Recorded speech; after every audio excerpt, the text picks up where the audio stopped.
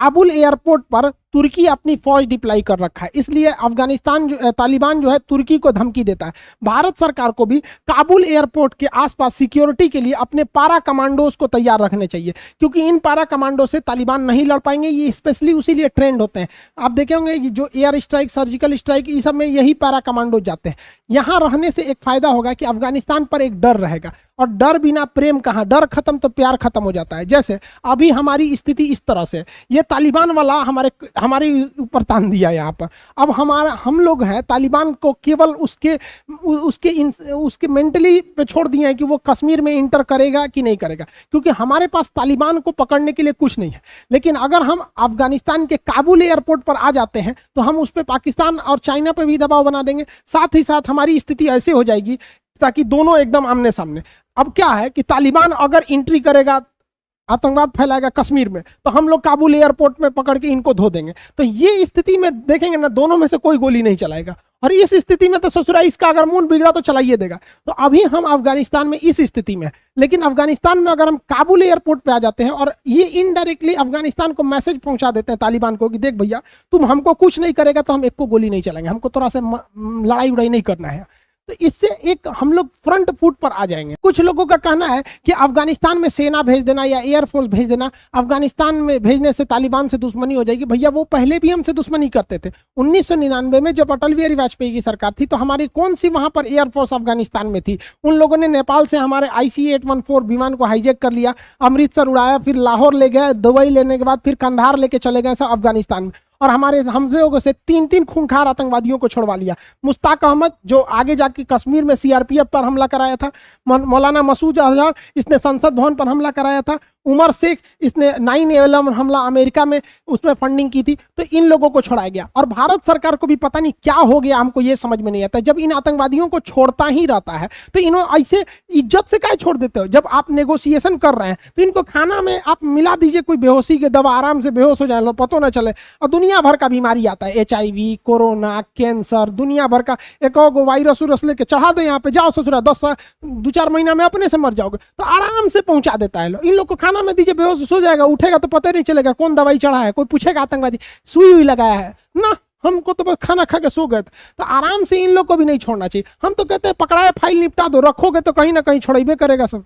अफगानिस्तान में तालिबान को काउंटर करने का एक और तरीका है। देखिए वहां 2 आतंकवादी संगठन है, ज्यादातर एरिया में तालिबान का कब्जा है, जो अफीम बेचकर अपने पैसे की उगाई करता है, जबकि वहीं पर आपका ISIS आतंकवादी है, ये काला चमगादड़, ये सब जो है पेट्रोल बेच के अपना पैसा कमाते हैं। दोनों ही आतंकवादी हैं, लेकिन ये क्या कहता है इससे कि तुम इस्लाम के खिलाफ हो, नशा वाला चीज इस्लाम में अलाउ नहीं है। अरे भैया वो नशा वाला नहीं बेचेगा तो ओकरा पैसा नहीं आएगा, तोरे ऐसा पेट्रोल सबके पास थोड़ी है।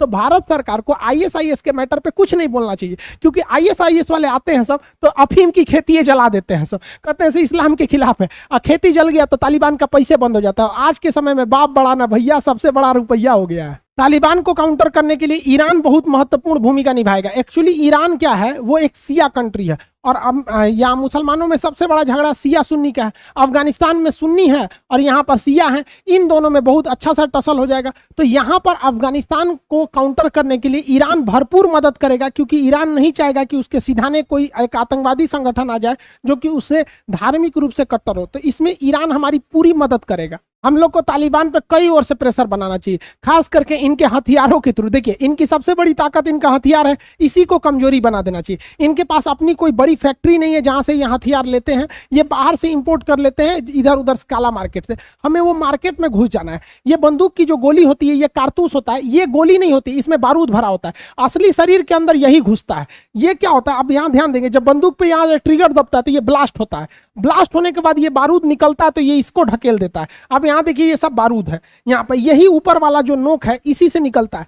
तो अगर इस बंदूक में, इस गोली में अंदर से यहाँ पर एक मेटल का प्लेट वेल्डिंग करके जोड़ दिया जाए, और अगर जैसे वेल्डिंग करके यहाँ मेटल का प्लेट जोड़ देंगे और इसमें बंदूक तब फायर करेगा धड़ाम से ना, तो ये ब्लास्ट होकर यहीं भड़क जाएगा, ये आगे नहीं निकल पाएगा, क्योंकि इसको निकलने का रास्ता ही बंद कर दिए। तो ऐसी बंदूक की गोली को जब आप कभी फायर करते हैं तो बंदूक में ही फट जाती है और चलाने वाला ही मर जाता है। तो हम ये नहीं करें कि सारी गोलियां ऐसा ही भर दो, लेकिन 10-15% ऐसी गोलियां ब्लैक मार्केट में सप्लाई कर दो। अब इन ससुरों को कैसे पता करेंगे उसको फोड़ के कि ये असली है कि नकली? अब ऐसा बंदूक की गोली लेके चलोगे ससुरे, धर धर धर मारो मारो, धर धर धर, पता चला वही में 10 गोली मारे, एगो खराबका आ गया, मारे धड़ाम से फट जाएंगे, आदमी भी गया, हथियार भी गया। देखिए एक बात हम अच्छे से समझ कहना चाहते हैं, अगर आप चाहते हैं कि युद्ध ना हो तो इसके लिए आपको हमेशा युद्ध के लिए तैयार रहना पड़ेगा, क्योंकि युद्ध की तैयारी ही युद्ध पर पूर्ण विराम लगाती है। दुनिया में किसी देश की हिम्मत नहीं है जो इजराइल से टक्कर ले ले, क्योंकि सबको पता है कि ससुरा 2 बजे रातियों को करेंगे तो तैयार बैठा है।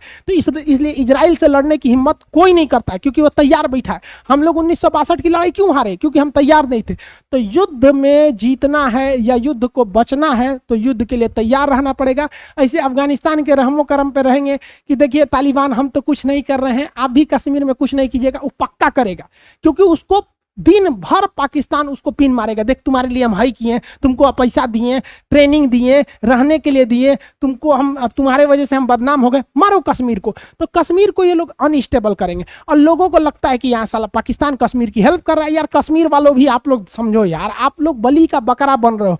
जितना कश्मीर में आतंकवाद फैलेगा, जितने कश्मीर के लोग मारे जाएंगे, इसमें सबसे ज्यादा फायदा पाकिस्तान को होगा। इसलिए भारत को भी अब एग्रेसिव मूड में रहना चाहिए। आगे आप क्या सोचते हैं कमेंट करके बताइएगा। मिलेंगे नेक्स्ट क्लास में। जय हिंद।